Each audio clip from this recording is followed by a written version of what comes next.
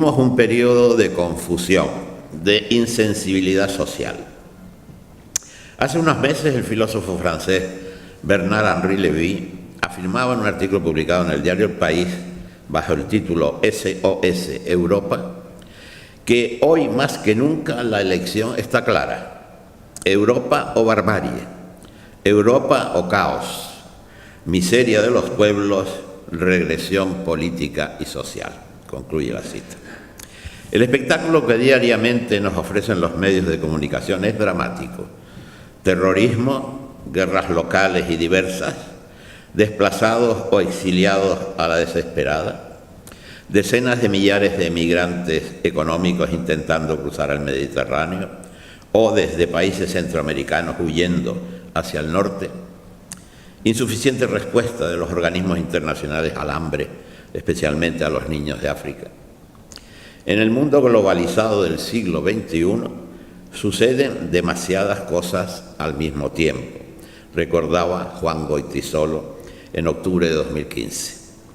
Y citaba al premio Nobel Günter Grass sobre el exceso de información que se traduce en desinformación de todo lo que no es esa efímera noticia que acapara los titulares de la prensa y origina una avalancha de comentarios en las redes sociales. Los hechos se solapan unos sobre otros y desaparecen de nuestra conciencia. Por ejemplo, ¿quién se acuerda del sitio de Sarajevo o de la limpieza étnica de los musulmanes bosnios? Parece que ocurrió hace un siglo. Concluyendo con Goytisolo, que la sobreinformación mediática encubre y desclasifica la escala de valores. Por consiguiente, hay que hablar de valores. ¿Qué son los valores? Cervantes dijo: las honestas palabras nos dan un claro indicio de la honestidad del que las pronuncia o las escribe.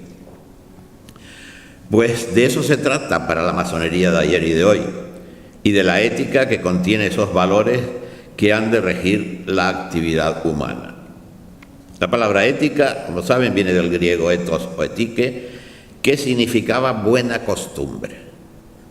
Es cervantinamente, pues, una honesta palabra. Para la Real Academia es el conjunto de principios y normas que rigen la conducta humana relacionadas con el sentido del bien y del mal. Es un tema que los masones analizamos con frecuencia. En el libro Reflexiones sobre ética, publicado en 2015, se recogen los trabajos presentados en la segunda conferencia de ritos escocés antiguo aceptado que se celebró hace 2 años en Lleida. Fue una iniciativa del soberano consistorio Conde de Grasse número 102, que afectó a los diversos cuerpos jurisdiccionales en Cataluña y que fue organizada por el Supremo Consejo del Grado 33 para España.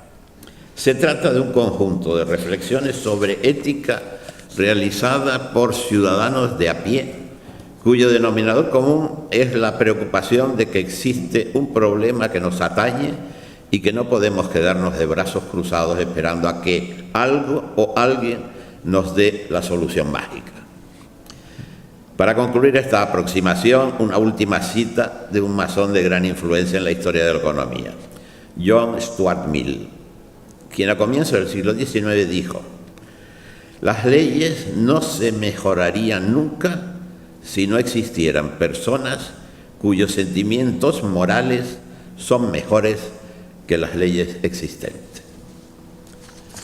Después de una vida prolongada e intensamente vivida, sería comprensible que eligiera como tema de reflexión hoy cualquier otro más sencillo, más convencional y menos comprometido.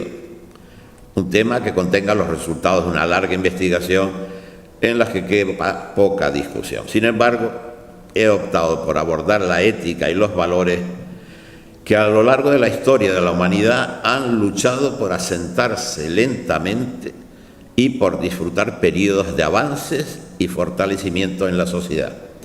Porque en este siglo que empezamos a vivir, entran en crisis principios por los que anteriores generaciones y la nuestra hemos luchado por su reconocimiento y vigencia.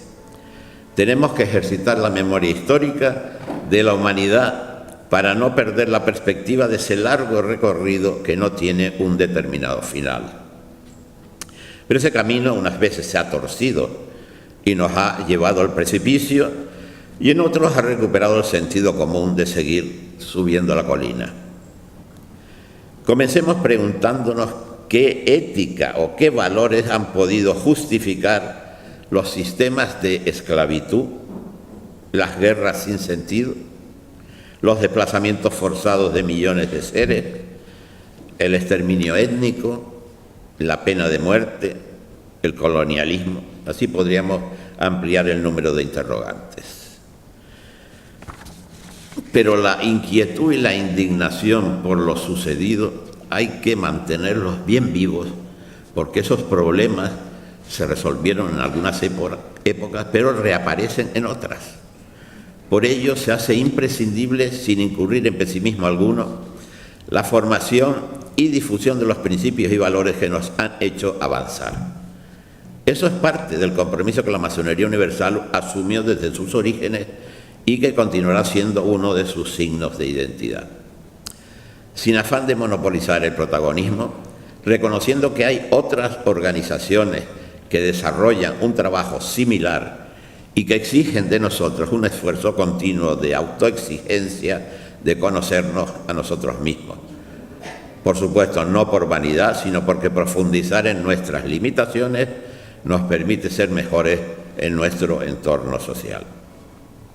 He aludido a la necesidad de practicar la memoria histórica como instrumento para saber responder a las preguntas que siguen pesando en amplios sectores de nuestro planeta, para conocer por qué se avanzó y por qué se retrocedió.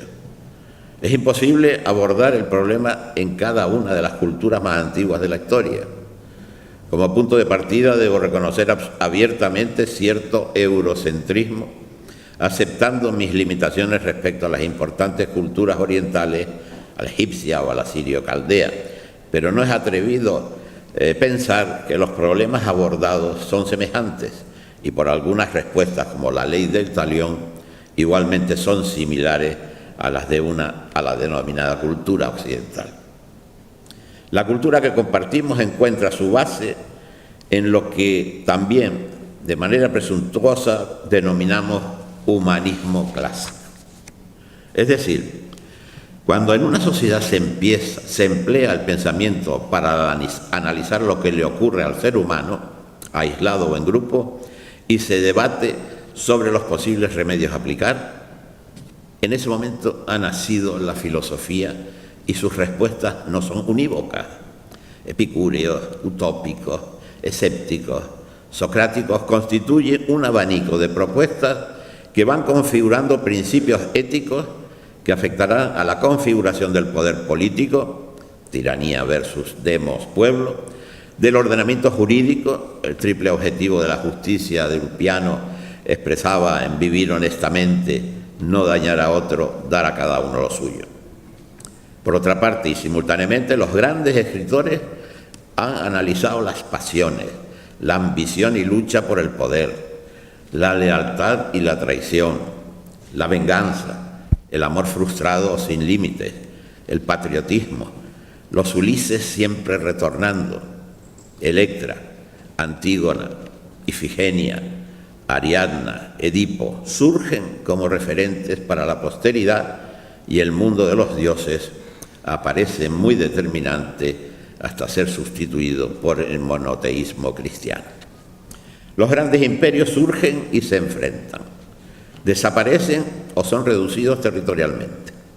La cultura grecolatina se enfrentará a la centro y norte-europea. Aparecen otros dioses. Los monasterios, los trovadores y los grandes poetas, Dante, Petrarca, enriquecen nuestra cultura. La ciudad y la aristocracia ganan protagonismo y la economía artesanal restringe la libertad de comercio y de trabajo. El comercio marítimo se expande y la moneda desplaza al trueque. La filosofía se tornará escolástica y justificará todo poder en la divinidad. Se reconoce como principio ético que el fin justifica los medios. Poco a poco, en las repúblicas marítimas mediterráneas y hanseáticas se desarrollará la banca y de forma protagonista en Florencia. Allí empieza a quebrarse el monopolio escolástico y renace la cultura de 15 siglos atrás. El hombre se convierte en protagonista del arte, Galileo cuestionará la concepción del universo, Maquiavelo inicia la teoría política, el catolicismo se fortalece como poder territorial, pero todo este renacimiento y progreso cultural que pasa por la Inglaterra de Shakespeare y la España de Cervantes se enfrenta con la crisis religiosa protagonizada por Lutero y Calvino y con el fortalecimiento de la intolerancia encarnada por la Inquisición. Así, un periodo cargado de esperanzas para Europa dará paso al que conocemos como Antiguo Régimen.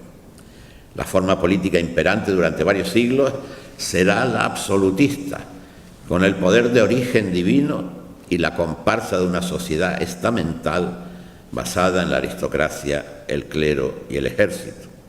Los poderes legislativo y judicial carecen de la mínima autonomía. La organización social predemocrática se basó tradicionalmente en el ejercicio permanente de una relación desigual ante el poder, físico, intelectual, moral, por parte de una minoría o élite frente al conjunto de individuos que forman parte de un territorio. Distintas tipologías basadas en el vasallaje económico, laboral, territorial o social que provocaban la indefensión legal de buena parte de la sociedad. A comienzos del siglo XVIII, algunos filósofos ingleses y ciertas organizaciones secretas como la nuestra se incorporan al trabajo de difundir nuevos principios políticos, sociales e incluso culturales. Reciben el calificativo de ilustrados. Intenta sustituir al viejo régimen por otro distinto. Una visión nueva del mundo de la razón y la cultura empieza a extenderse. Los enciclopedistas franceses van abriéndose paso y están presentes ahí francmasones destacados como Voltaire, Desmoulins, Condorcet, miembro de la logia Las Nueve Hermanas de París, firmado por los hombres y mujeres de las distintas creencias religiosas, se presenta en 1789 en París la famosa Declaración de los Derechos del Hombre y del Ciudadano. A partir de ella se proclama al pueblo como origen del poder. Se consagran los principios de libertad, igualdad y fraternidad. Igualmente la igualdad de impuestos, la libertad de prensa y de conciencia. Se habla por primera vez de la familia humana como símbolo de igualdad y unidad entre los seres. El peso moral, por su incumplimiento, otorga a la declaración una importante posición y es base para sanciones jurídicas dentro del derecho internacional. No debemos olvidar que unos años antes se ha producido en Filadelfia la Declaración de Independencia que dará nacimiento a los Estados Unidos y que en la misma se reconoce la participación de francmasones. En nuestro país la Ilustración no se desarrolló con la misma fuerza que en otros países. En Canarias consta que las obras de los enciclopedistas son conocidas en el seminario de la diócesis en Las Palmas de Gran Canaria, donde llegan por el puerto procedente de los Países Bajos y aprovechando el menor celo represivo del Tribunal de la Inquisición.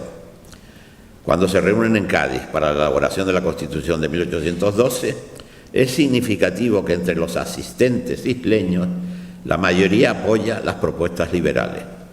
Uno de ellos, el sacerdote Gomero Ruiz de Padrón, presidió durante un mes las Cortes reunidas en la iglesia de San Felipe Neri y había vivido un periodo previo en Filadelfia donde se relacionó con los autores de la Declaración de Independencia. En la reciente celebración del segundo centenario de la citada Constitución, se ha podido destacar la escasa vigencia de la misma y la resistencia que encontró la supresión de la Inquisición. Pero también se ha subrayado que marca el comienzo de un periodo de cambio que con muchos obstáculos caracterizará nuestro siglo XIX. Es el momento de analizar y destacar la aportación de la masonería a la definición de los valores. La libertad es un principio fundamental de nuestro acervo cultural presente en el trío libertad, igualdad, fraternidad. Esta concepción está lejos de ser un concepto romántico adaptado de la idea de libertad responsable expresada en la frase «lo que no quieras para ti, no lo quiera para los demás». Diríamos que está más próximo al principio kantiano de actúa de forma que tu conducta pueda servir de regla general para los demás. La concepción masónica de libertad no solo es un compendio de propuestas filosóficas sobre los aspectos fundamentales de la misma, sino una derivada de la puesta en práctica de los principios intelectuales de la orden, los mismos que invitan a cada miembro a trabajarse a sí mismo en una labor de perfeccionamiento continuo. Somos conscientes que hay una lucha constante entre la libertad y despotismo o tiranía. Es precisa la mesura en el dar y recibir, conscientes de la responsabilidad social del concepto de libertad para encontrar el punto de equilibrio de la convivencia fraternal. Nuestro objetivo es precisamente la conciliación de contrarios. Precisamente la Revolución Francesa y el liberalismo que consagra no supieron expresar esa responsabilidad social que la libertad supone. Del reconocimiento del derecho a crear partidos políticos y de la libertad de asociación excluyen el derecho de los trabajadores a asociarse para la defensa de sus intereses profesionales. El liberalismo económico, que consagra que el papel del Estado es abstenerse de intervenir en la actividad económica, facilitará la extensión de la revolución industrial y la atracción de la población rural por parte de las ciudades en las que se montan las nuevas fábricas. Ello facilitará la mano de obra barata y el establecimiento de condiciones de trabajo abusivos, ya que el Estado dejará hacer y pasar porque el mundo marcha por sí mismo. Se impedirá y se perseguirá penalmente a toda asociación sindical porque estiman hipócritamente que alteran la libertad de costes y consecuentemente de precios en los mercados. Diversos estudios e informes descubrirán las condiciones penosas de trabajo en las minas inglesas y belgas o en las industrias de la seda de Lyon. Los análisis que los filósofos... Recuerden esa imagen por lo que vendrá el siglo XXI, que estamos viviendo. Los análisis que los filósofos socialistas utópicos y posteriormente la necesidad de los trabajadores de hacer frente a la explotación de la mano de obra infantil en la minería, la ausencia de limitación en la jornada de trabajo, de seguridad en la industria, desembocará en la fundación de la denominada Primera Internacional Socialista, que no casualmente tendrá lugar en Londres, en St. Martin Hall, una logia masónica. Su creación, con la decisiva presencia de Carlos Marx y Bakunin, entre otros, hará que la creación de los sindicatos sea una realidad imparable pese a la ilegalidad imperante.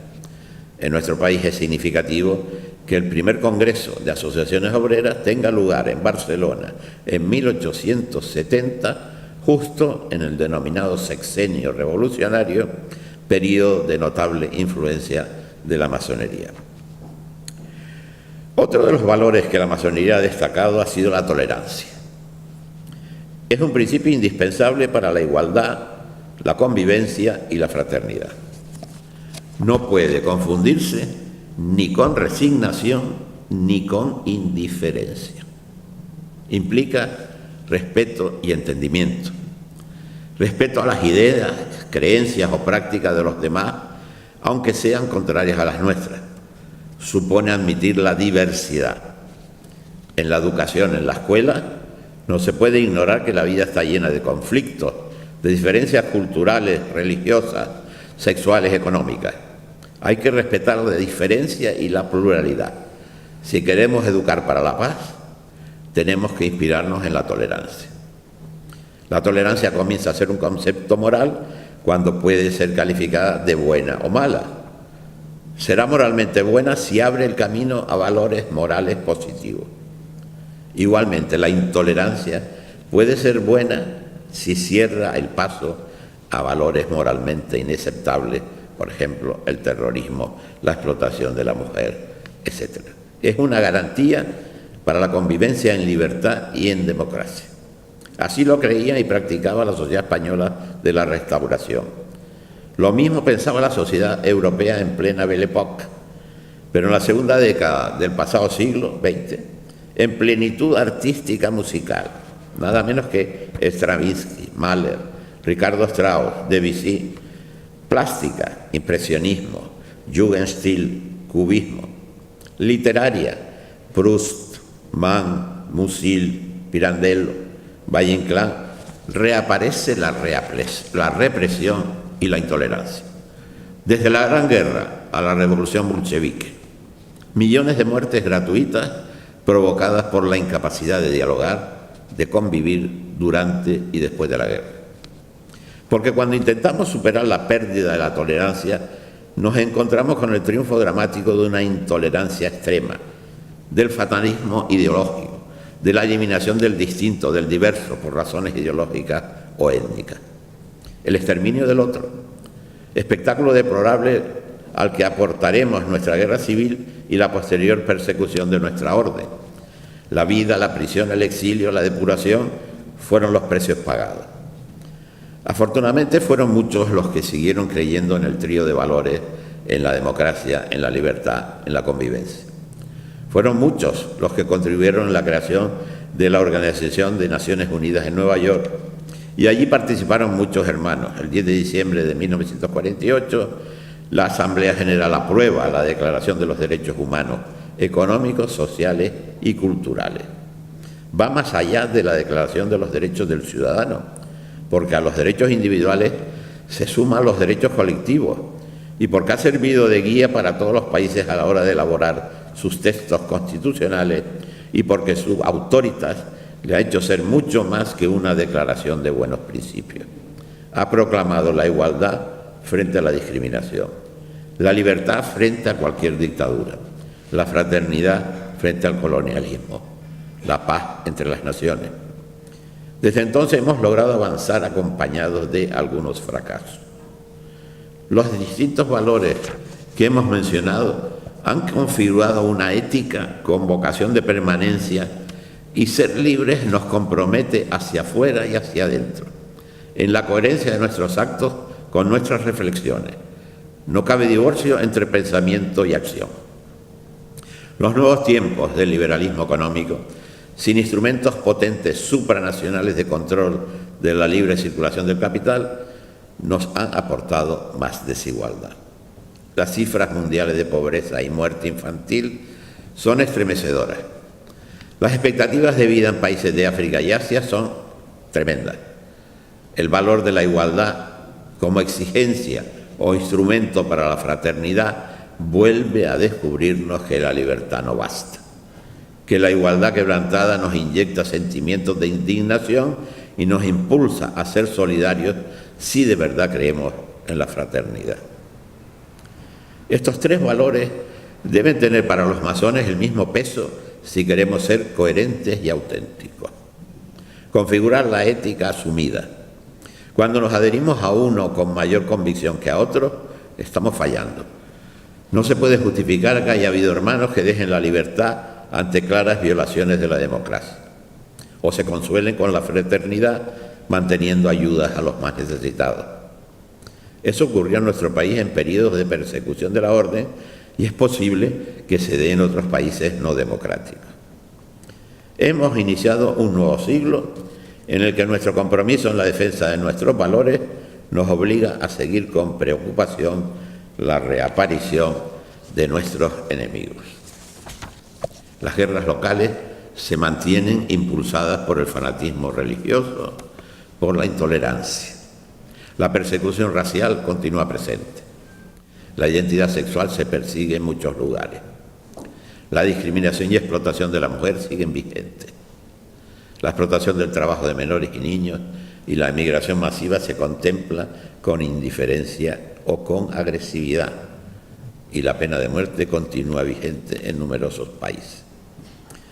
Frente a estos fenómenos generados por la intolerancia, por el desprecio hacia los valores que hemos asumido como vitales, los masones tenemos que ser intolerantes. En esta batalla de principios, las armas a utilizar de nuevo son la educación y la cultura, porque así lo han entendido históricamente muchos hermanos. Pero el tema no es tan sencillo y también en la cultura encontraremos situaciones en las que hay que tener las ideas claras y voy a ser más preciso. Justamente, lo efímero parece caracterizar toda la vida del siglo presente.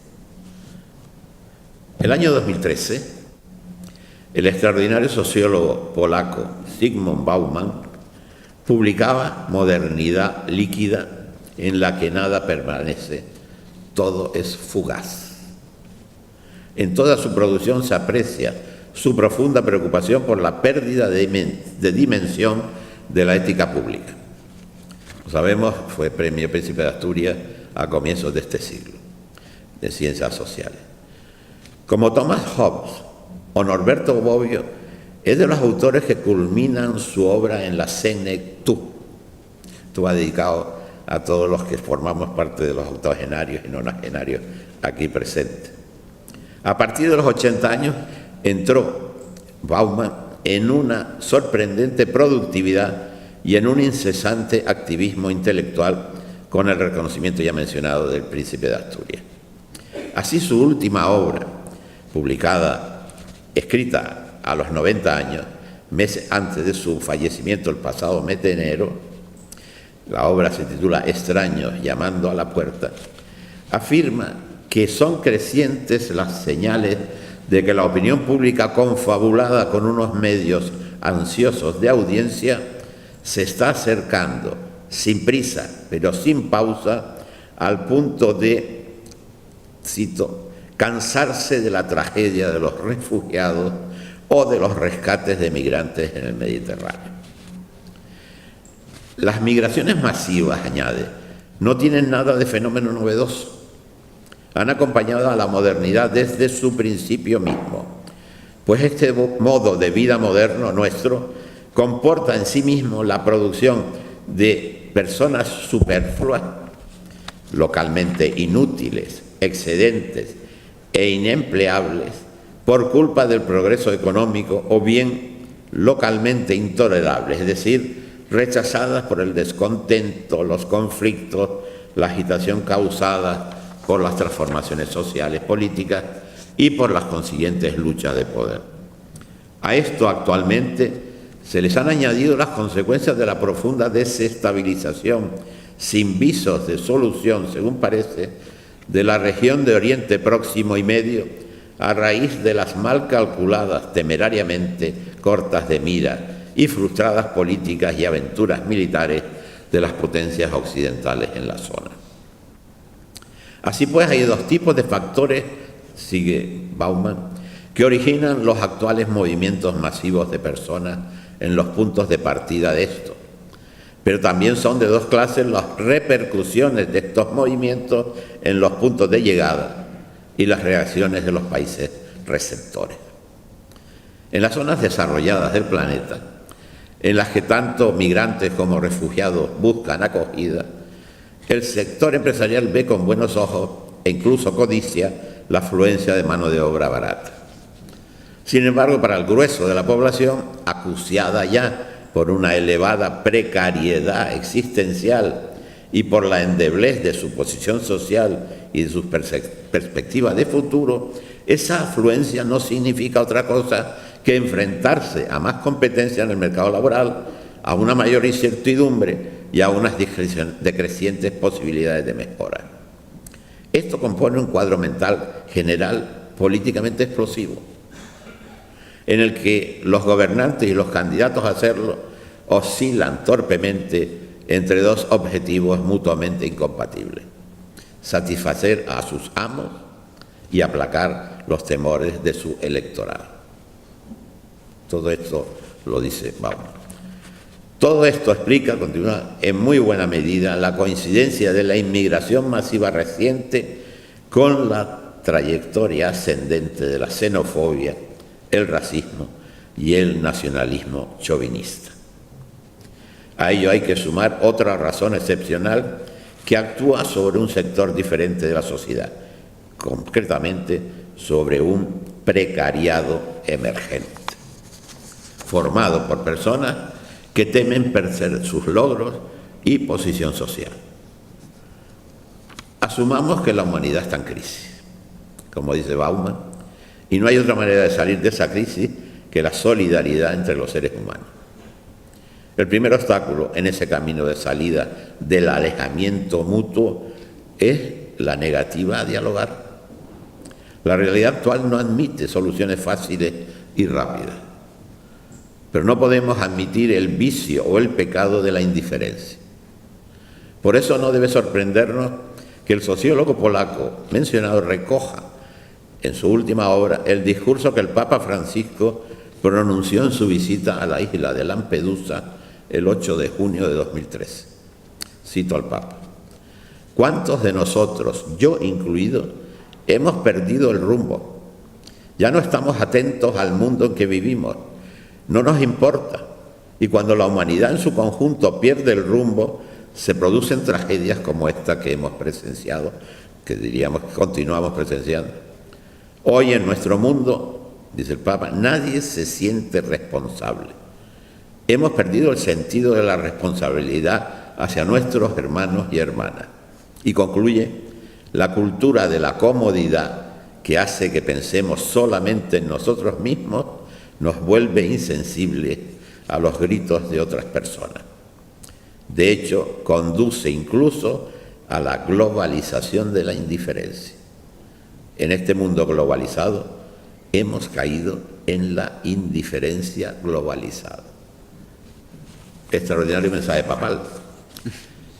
Después del extraordinario análisis también del profesor Bauman, que conviene saber que era judío y comunista, que ante la ocupación nazi huyó de su país a la antigua Unión Soviética y retorna a su país después de la guerra europea, siendo víctima del antisemitismo, y se traslada a Israel para finalmente acabar de profesor en la británica Universidad de Leeds. Quisiera, después de ese análisis de Bauman y la cita a Papa Francisco, referirme a la obra del teólogo católico suizo Hans Küng, de 88 años también, publicada hace pocos meses. Su título es Una muerte feliz. El programa más ambicioso de su vida es el proyecto de una ética mundial, en torno a 4 ámbitos de la convivencia humana: compromiso a favor de una cultura de la no violencia y respeto a toda vida, de la solidaridad y un orden económico, de un estilo de vida honrada y veraz, y de una cultura de la igualdad entre hombres y mujeres. Y a 3 principios: no hay supervivencia sin una ética global, no hay paz mundial sin paz religiosa, no hay paz religiosa sin diálogo entre religiones. Vean pues que desde distintas perspectivas religiosas se coincide hoy en el análisis y en el diagnóstico de importantes intelectuales. Nos toca sumarnos a este compromiso global, al igual que los masones lo han hecho en los 3 siglos de existencia, reclamando con Voltaire que pronto se ponga de moda el ejercicio de pensar. Pero para concluir, voy a referirme al discurso que pronunció el escritor cubano Leonardo Padura cuando recibió el Premio Príncipe de Asturias, el año 2015, que recordó la condición masónica de su padre y el catolicismo de su madre como hecho fundamental de su profunda formación ética. A ellos debo una formación humana y una ética en las que se combina con amable armonía la filosofía masónica de mi padre y la fe católica de mi madre. De ellos aprendí la práctica de la fraternidad, la solidaridad y el humanismo entre las personas, unos valores que he tratado de aplicar a todos los actos de mi vida. Con esta referencia de aproximación de posiciones para responder al reto contemporáneo, expreso mi agradecimiento a todos ustedes por su atención.